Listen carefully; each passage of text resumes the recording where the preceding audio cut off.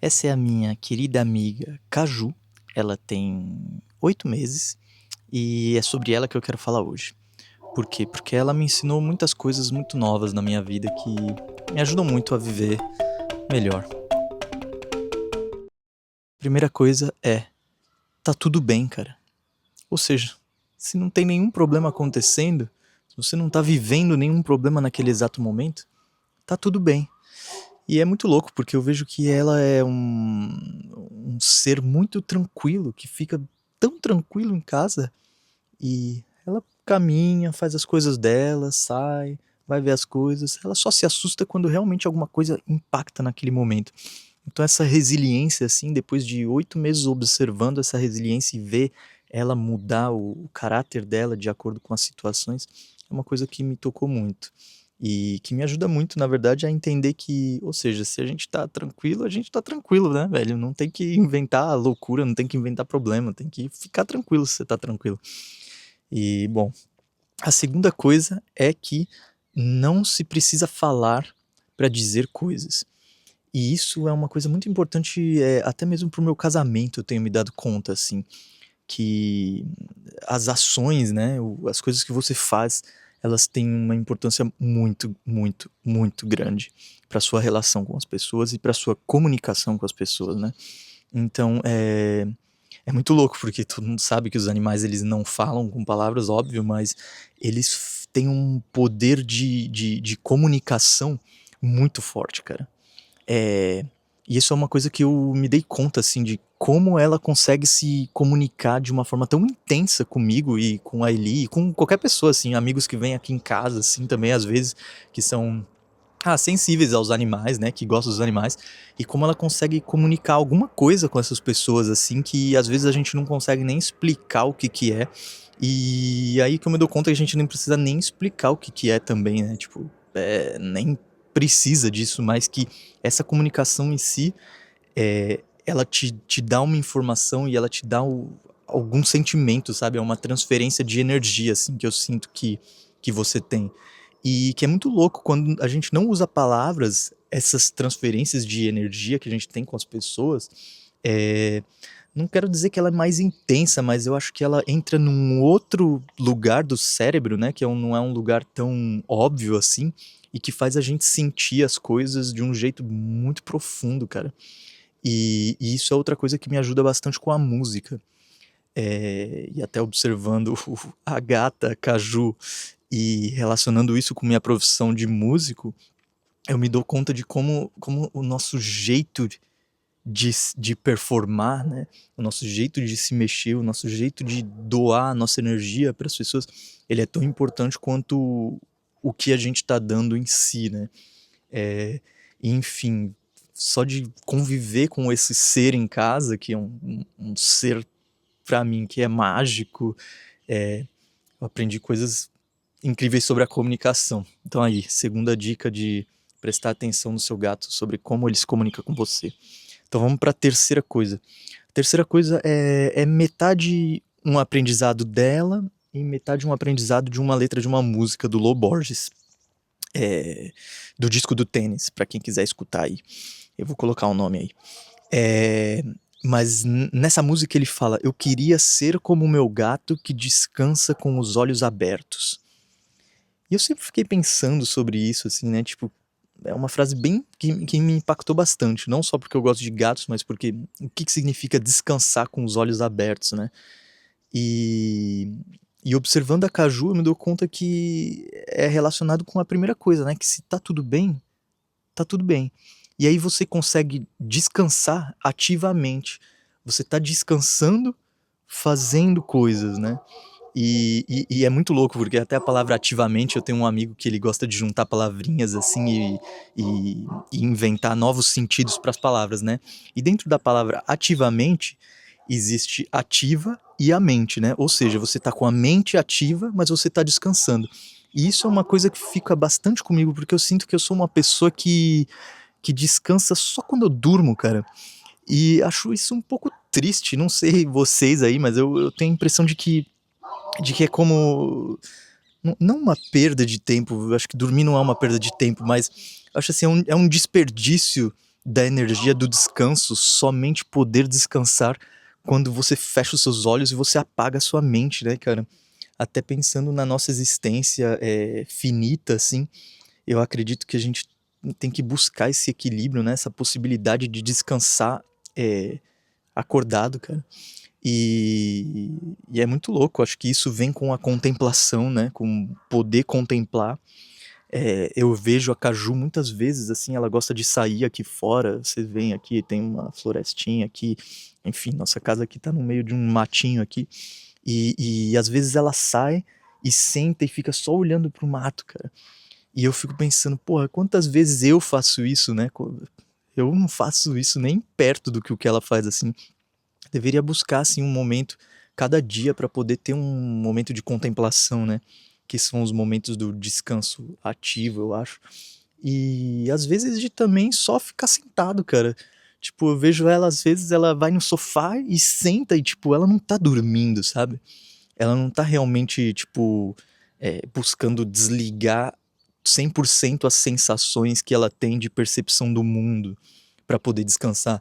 Mas ela tá ali, mano. Se, tipo, acontecer qualquer coisa, em 2 segundos ela tá de pé, sabe? Ela tem um negócio ali, alerta, que vem do instinto, mas ao mesmo tempo ela tá numa tranquilidade, assim, numa calmaria muito louca.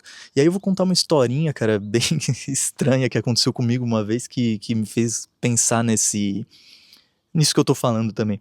Uma vez a gente tava com o meu tio e um amigo e a gente tinha tomado umas cervejas, bom, enfim, a gente tava ali perto da Barra Funda, em São Paulo, pra quem conhece, e a gente foi comer uma pizza, cara.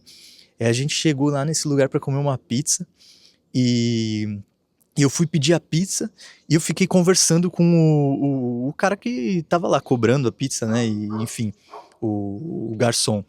E aí ele ficou conversando, cara. E a gente começou a conversar, desenrolar um papo, desenrolar uma conversa muito louca, assim. E ele falou uma coisa muito interessante pra mim. Ele falou assim, cara, pra mim a tranquilidade, ela é tipo a mansidão universal, cara. E aí eu fiquei pensando, o que que é isso? Mansidão universal, né?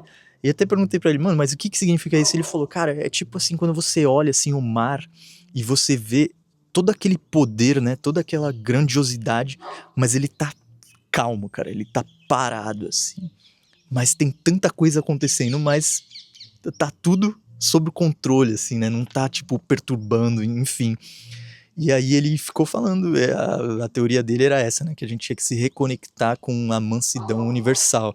E era quando a gente conseguia fazer isso que a gente conseguia realmente estar satisfeito consigo mesmo.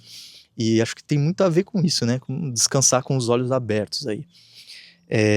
Bom, a quarta coisa é que você precisa de um tempo sozinho. E isso é uma coisa muito importante pra mim. Porque eu sou um tipo de pessoa que tá sempre com outras pessoas, tá sempre fazendo alguma coisa, tá sempre numa correria, sempre estudando, sempre pensando num futuro, sei lá, querendo fazer alguma coisa, inventando coisas pra fazer, né? E, e eu me dou conta que, tipo, a gente perde esse momento de ficar sozinho. E esse momento de ficar sozinho, ele é um momento de reorganizar você mesmo, né, cara? De reorganizar sua mente, reorganizar suas vontades, de poder fazer até melhor o que você tem pra fazer. E eu vejo que a Caju, assim, ela gosta pra caramba de estar com a gente. Ela é uma gatinha muito dengosa, pra quem conhece. Você já tem uns amigos aí que já vieram aqui, ficaram aqui em casa, enfim. E todo mundo sabe que ela é uma gatinha muito carinhosa, cara, que vai querer ficar no colo, vai querer passar tempo com você, sabe? Mas também, em alguns momentos, ela decide assim que não, chega, eu vou ali ficar sozinha. E ela sobe na caminha dela ali no lugar onde eu mostrei vocês, que é do lado da nossa cama. E ela deita ali na cobertinha dela e ela fica ali, cara. Sozinha, assim, tipo, e você vê que ela quer ficar, tipo, sozinha, tá ligado? Tirar o cochilinho dela, às vezes só ficar deitada ali de boa, assim, enrolada, parecendo um dragão. E aí eu fiquei pensando nisso, cara, que assim, eu acho que eu também, né, preciso sim ter mais tempo pra mim, ter mais tempo pra ficar somente com a minha companhia, né, cara? E sem celular, sem nada, tipo, fazer as coisas ou não fazer nada, mas tá satisfeito com a minha própria companhia, assim.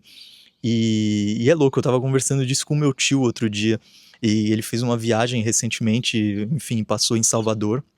E ele tirou uma onda lá na praia, trocou uma ideia, conheceu uma mulher, a mulher deu um acarajé pra ele, já tomou uma cerveja com a mulher. Enfim, aí ele falou um negócio que é verdade, cara, que é tipo, quando você tá bem consigo mesmo, você faz o seu rolê em qualquer lugar, assim, né? Tipo, o seu rolê vira a sua presença, assim. E, sei lá, uma coisa que fiquei pensando bastante, que eu quero explorar também, assim, é, tipo, fazer o rolê comigo mesmo, com a minha presença. É, bom, enfim. Vamos para a última coisa que a Caju me ensinou nesses últimos 8 meses, que é tudo pode ser uma brincadeira. E é engraçado isso, porque eu não falo isso de um lugar assim no qual tudo é uma brincadeira, né? De que eu não levo nada a sério. Mas o que eu quero dizer é que, tipo, todos os objetos, ou seja, uma meia, pode criar algum interesse para você, cara. Uma folha, velho, pode criar alguma sensação e alguma brincadeira para você. E, e é uma coisa que eu aprecio muito, assim, tipo, a brincadeira na vida, né? E a brincadeira da vida também, né?